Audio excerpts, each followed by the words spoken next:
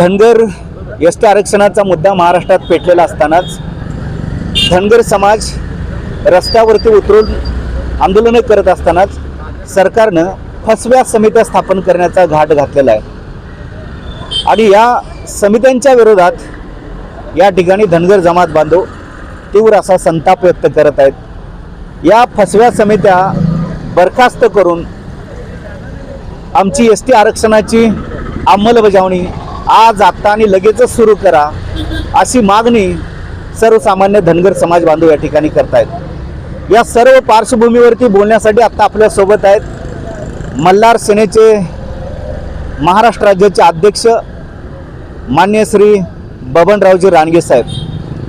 कोल्हापूर जिल्ह्यातील समाज बांधवांचं म्हणणं काय आहे, मल्हार सेनेचं म्हणणं काय आहे आणि हा प्रश्न सोडवण्यासाठी मल्हार सेना कोणतं मॉडेल या ठिकाणी पुढे ठेवते, या सर्व विषयावरती आपण त्यांच्याशी या ठिकाणी चर्चा करणार आहोत। रानगे साहेब, आज डॉक्टर ईश्वर यमगर यांच्या आमरण उपोषणाचा 8वा दिवस आहे। आपण आपल्या सर्व कार्यकर्त्यांच्या समेत त्यांची भेट घेतली, त्यांच्या तब्येतीची विचारपूस केली। काय चर्चा झाली तुमच्या दोघांच्यामध्ये?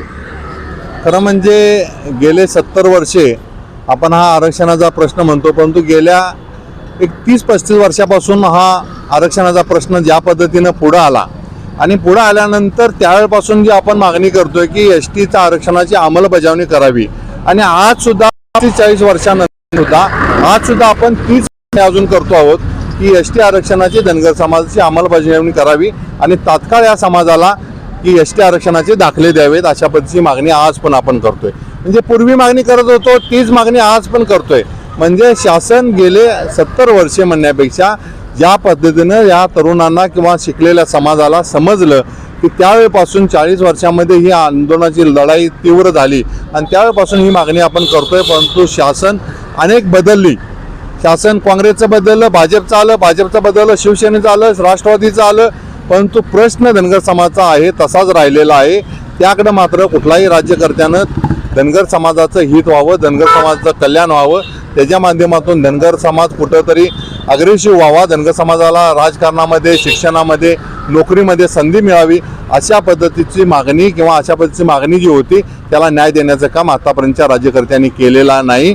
म्हणून करताच आज प्रत्येक महाराष्ट्रामध्ये प्रत्येक जिल्ह्यामध्ये की अशा पद्धतीचे डॉक्टर यमगर सारखी तरुण मुलं की आज निर्माण झालेले आहेत, हे आंदोलन आपल्या हातामध्ये घेऊन हे आंदोलन करत आहेत की आता आम्ही शेवटची आरपारची लढाई करण्यासाठी सिद्ध झालेलो आहोत, सज्ज झालेलो आहोत आणि ही लढाई आम्ही आता जिंकणार आहोत।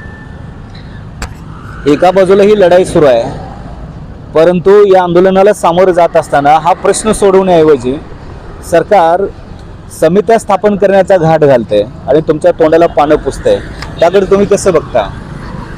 खरं म्हणजे या राज्याचे मुख्यमंत्री एकनाथ शिंदे, देवेंद्र फडणवीस, अजित पवार की यांनी परवा जे आपलं अहिल्यादेवी होळकरांच्या जन्मगावामध्ये चौंडीमध्ये जे उपोषण होतं ते उपोषण त्यांनी सोडायला लावलं आणि ते उपोषण सोडल्यानंतर मुंबईमध्ये सह्याद्रीवर मीटिंग झाली आणि त्या मीटिंगमध्ये धनगर समाजाचे प्रश्न सोडवण्यासाठी जे काय लागेल ते आम्ही करण्यासाठी तयार आहोत आणि 50 दिवसामध्ये आम्ही निश्चितपणाने याचा विचार करू, अभ्यास करू आणि तशा पद्धतीचा न्याय देण्याची भूमिका आपण जी अशा पद्धतीची भूमिका त्यावेळी त्यांनी मांडली होती। त्या बैठकीचं निमंत्रण मला पण होतं, परंतु वेळेत आम्ही जाऊन न शकल्यामुळं आम्ही ऑनलाईनवरती त्या मीटिंगमध्ये जॉईन झालो। परंतु त्यानंतर निश्चितपणानं 50 दिवस झाले, 50 दिवसामध्ये कोणताही हा प्रश्न सोडवण्यासाठी कृती काय झाली असेल असं मला वाटत नाही आणि सगळ्यांना पण तेच वाटत आहे की ज्या पद्धतीनं मागच्या वेळी देवेंद्र फडणवीस सांगितलं होतं की जसं आदिवासीला तसं धनगर समाजाला जे काय धनगर समाजाला मिळणार आहे ते आदिवासीच्या ज्या सवलती आहेत त्या संपूर्ण सवलती आम्ही धनगर समाजाला निश्चितपणाने देण्याचा प्रयत्न करू म्हणून सांगितलं होतं, परंतु त्यातल्या योजना फक्त जाहीर झाल्या, परंतु त्यातली एक ही योजना धनगर समाजाला मिळाली नाही की ते महामंडळाचं कर्ज असेल। आपण त्या योजनांच्याकडे नंतर येऊ, पण जिथं 50 दिवसात साधं पाणी हल्लं नाही तिथं 90 दिवसात काय दिवा लावणार आहे? नाही, ही कमिटी जी आता समिती स्थापन झालेली आहे ती याच्या अगोदर सुद्धा देवेंद्र फडणवीसनी हा प्रश्न सोडवण्याचं आश्वासन दिलं होतं। त्यावेळी सुद्धा ज्यावेळी धनगर समाज आक्रमक झाला आणि तुम्ही दिलेल्या आश्वासनाचं काय झालं म्हणून हा प्रश्न विचारला, त्यावेळी 30 नावाची संस्था निर्माण केली आणि अशा पद्धतीचा परत सर्वे करण्याचा घाट घातला आणि त्या सर्वेमध्ये काय झालं काय नाही हे समाजाला सांगितलं आहे, शासनाला पण तो रिपोर्ट सादर झाला, परंतु ती समितीसुद्धा की वेळ काढूपणाचं लक्षण होतं. धनगर समाजाला काहीतरी सांगण्याचं कारण होतं. टीचा अहवाल येऊ दे, अहवाल आल्यानंतर आम्ही निश्चितपणानं समाजाला आरक्षण देऊ अशा पद्धतीची भूमिका होती. आणि आता पण अशा पद्धतीचं अंगलट काहीतरी येतं असं वाटल्यानंतर पुन्हा एकदा 9 लोकांची कमिटी नेमून की परत या कमिटीनं अहवाल द्यावा अशा पद्धतीची मागणी त्यांनी केलेलं आहे. खरं म्हणजे या देशातल्या राज्यामध्ये धनगर समाजाला एसटीचं आरक्षण मिळालेलं आहे त्यांनी कायद्याच्या कचोरीत बसूनच दिलेलं आहे. त्यामुळे कोणत्याही कायद्याला अडथळा येईल किंवा कायद्यामध्ये ते राहणार नाही अशा पद्धतीची भूमिका घेऊन घेतलेलं नाही. आज कर्नाटकमध्ये तशा पद्धतीचा आदेश झाला, तसंच बिहार झारखंडमध्ये असेल, उत्तर प्रदेशमध्ये असेल, या छत्तीसगड असेल, या ठिकाणी धनगर समाजाला एसटीचं आरक्षण आज सुद्धा लागू झालेलं आहे आणि त्या पद्धतीचे दाखले त्यांना मिळत आहेत. परंतु त्या शासनाचा परत सर्वे करायची काही गरज नाही, परत त्या कमिटीने जाऊन तिथं विचार करायची गरज नाही. पुन्हा एकदा धनगर समाजाला फसवण्याचा हा स्टंट त्यांनी त्या निमित्तानं केलेला आहे आणि धनगर समाजानं ओळखून आता आरपारची लढाई करण्यासाठी रस्त्यावर आता लढाईसाठी सज्ज झालं पाहिजे अशा पद्धतीची आमची भूमिका आहे. 2014 पासून यांचा अभ्यास चाललाय, गेली 10 वर्षे हे अभ्यासच करतायत आणि आता अभ्यास गट स्थापन केलेला आहे. काय हेतू असू शकतो? धनगर समाजाला फसवण्याचाच हेतू निश्चितपणाने यामध्ये दिसतो आहे. आणि मग आपल्यातल्याच काही लोकांना त्या पक्षामध्ये असणाऱ्या मग कोणतं पण काँग्रेस असेल राष्ट्रवादी प्रत्येक वेळी हा प्रकार होत आलेला आहे. तसाच प्रकार आता सुद्धा होण्याची शक्यता नाकारता येत नाही. आता ते देणार आहेत म्हटल्यानंतर थांबा अशा पद्धतीचं सांगण्याचा प्रयत्न होईल, परंतु पुन्हा एकदा धनगर समाजाला या माध्यमातून फसवलं जाईल अशी आता आमची खात्री झालेली आहे. म्हणून सरकारवरती कोणत्याही पद्धतीचा आमचा विश्वास राहिलेला नाही. सरकारनं द्यायचं आहे ते ताबडतोब द्यावं, नसेल तर आम्हाला देता येत नाही म्हणून सांगावं. त्यांच्यासाठी आम्ही काय करायचं ते भविष्यामध्ये आम्ही ठरवणार आहोत आणि त्या पद्धतीनं त्यांना धडा शिकवण्यासाठी आता सज्ज झालेला आहे. गेल्या 5 वर्षापूर्वी या राज्य सरकारनं सांगितलं होतं जे आदिवासींना ते धनगरांना, तुम्ही धनगर आहात, या योजनेचा लाभ तुम्हाला मिळाला का? किंवा कोल्हापूर जिल्ह्यातल्या एका तरी धनगराला त्या योजनेचा लाभ मिळाला का? किंवा महाराष्ट्रातल्या एका तरी धनगर बांधवांना, जे आदिवासींना ते धनगरांना म्हणून ज्या योजना घोषित केल्या त्या 22 पैकी एका तरी योजनेचा लाभ मिळाला का? तुम्ही कुठं ऐकलं काय? 22 मधली एक ही योजना कार्यान्वित झालेली नाही. तशा पद्धतीचं शासन पत्रक निघालं, परंतु शासनाचे जे शिव असतील, कलेक्टर असतील, तहसीलदार असतील किंवा गट विकास अधिकारी असतील यांच्या माध्यमातून तसं ग्रामपंचायत लेवलला कोणतेही कामकाज झालेलं नाही आणि कोणालाही त्या पैशाचा किंवा त्या योजनेचा लाभ मिळालेला नाही. हॉस्टेलचा प्रश्न असेल तर प्रत्येक जिल्ह्याच्या ठिकाणी, तालुक्याच्या ठिकाणी अहिल्यादेवी होळकरांच्या नावानं हॉस्टेल बांधणार म्हणून सांगितलं.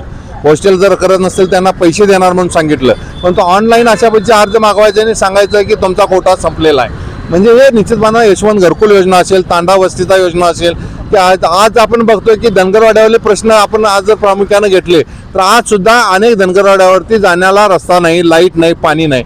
मग त्या आदिवासींच्या योजना 22च्या जाहीर केल्या, त्यातून जे लाखो रुपये देणार म्हणले होते, करोडो रुपये देणार म्हणले होते, ते पैसे गेले कुठे? 5 वर्षामधलं ते जे आहे ते पहिल्यांदा द्यावं. आज ही संस्था निर्माण करणं किंवा समिती निर्माण करण्यापेक्षा जे काय आम्हाला तुम्ही सांगितलं होतं, जसं आदिवासीला तसं धनगर समाजाला योजना जाहीर केल्यापासून आजपर्यंत जे कोटा आहे तो कोटा संपूर्ण या महिन्याभरात तुम्ही भरणार, कोणत्याही पद्धतीने आम्ही त्यामध्ये आर्थिक जे आहे त्याच्यासाठी लाभ मिळणार आहे तो संपूर्ण आम्ही देणार अशा पद्धतीची योजना काय करणार आहे? आश्वासन नको आहे. आता तुम्ही योजना काय कार्यान्वित करणार आहे, त्याचा आदेश काय करणार आहे आणि त्याचे पैसे त्या जिल्हा परिषदला, त्या कलेक्टर ऑफिसला देणार आहे का, याची निश्चितपणानं समाज कल्याणला सुद्धा तशा पद्धतीचा आदेश काढायला पाहिजे. तरच निश्चितपणानं धनगर समाजाला त्या योजना लागू होतील असं मला वाटतंय. परंतु तसं कोणतंही होणार नाही याच्यावरती आता आमचा विश्वास बसलेला आहे. त्यामुळे परत एकदा शासन आपणाला फसवतोय असं आमचा जे आदिवासींना ते धनगरांना गेल्या 5 वर्षापूर्वी सांगितलं होतं. मल्हार सेनेचे महाराष्ट्र राज्याचे अध्यक्ष बबनरावजी रानगे साहेब सांगतायत की महाराष्ट्रातल्या एकाही धनगर बांधवाला या 22 पैकी एकाही योजनेचा लाभ मिळालेला नाही. त्याशिवाय तोंड वर करून ते आणखीन एक गोष्ट सांगतात, ते म्हणजे धनगर जमात बांधवांना आम्ही 10,000 कोटी रुपये दिलेले आहेत. त्या 10,000 कोटी रुपयांचं काय झालं? कोल्हापूर जिल्ह्याला किती निधी मिळाला? कोल्हापूर जिल्ह्यामध्ये असा कोण धनगर बांधव आहे का त्या 10,000 कोटी मधला 1,000 रुपये त्याला मिळाला? कोल्हापूर जिल्ह्यामध्ये 550 धनगरवाड्या आहेत.